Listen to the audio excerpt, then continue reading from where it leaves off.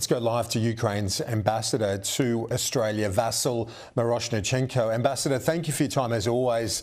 The Albanese government condemned those recent missile attacks by Russia, says that Russia isn't serious about ending the war. It appears Donald Trump, it might be dawning on him as well, Ambassador. Yes, absolutely. Russians have sent 300 drones and 70 missiles over the weekend, 2 nights in a row. My brother-in-law could not sleep for 2 days in a row, as many other people in Kiev, my friends. They gave me calls. I was in touch with them. It just, you cannot imagine what it is. Deprivation of sleep is a form of torture. This is what people in Kiev has gone through the weekend. Last year, when we had an attack of 30 drones at a time, it was considered a massive attack. Now we have 300 drones at a time. Next year, it's going to be 1,000 drones at a time. What air defense system can protect Ukraine or any other country from these kind of weapons, from these kind of capabilities? So what we need to do now, we need to pressure Russia. Russia will only talk about peace and will be serious about it when we exert maximum pressure, which means more sanctions on Russia, more weapons for Ukraine, long-range missiles, more missiles for air defense, more capabilities to inflict damage to the Russian troops on the ground, using Russian assets to buy weapons from Ukraine.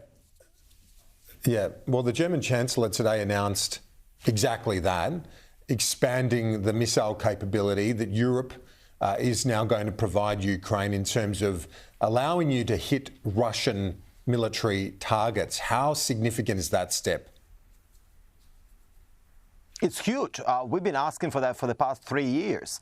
And I'm very pleased that we're finally getting it, because that's the only way Russians will actually talk. And if we force them into peace, we need to force them into peace, because certainly we want peace more than anybody else, but it's all up to Russia at the moment. They can end this war very quickly. They just need to get out of Ukraine. That's it.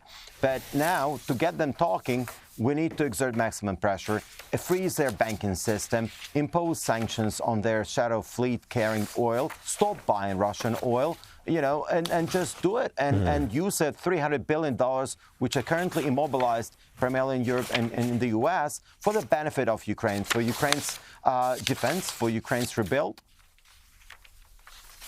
You have described your war, this conflict, as next door to Australia. What do you mean by that? We live in a globalized world, and Russia is a global, is now projecting its power globally. More recently, we've seen joint military naval exercises between Indonesia and Russia, and that was only in November of last year.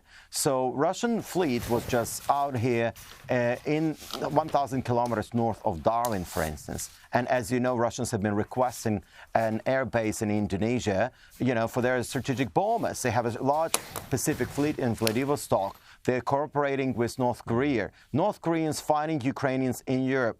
When was the last time we had, Asians fighting in Europe?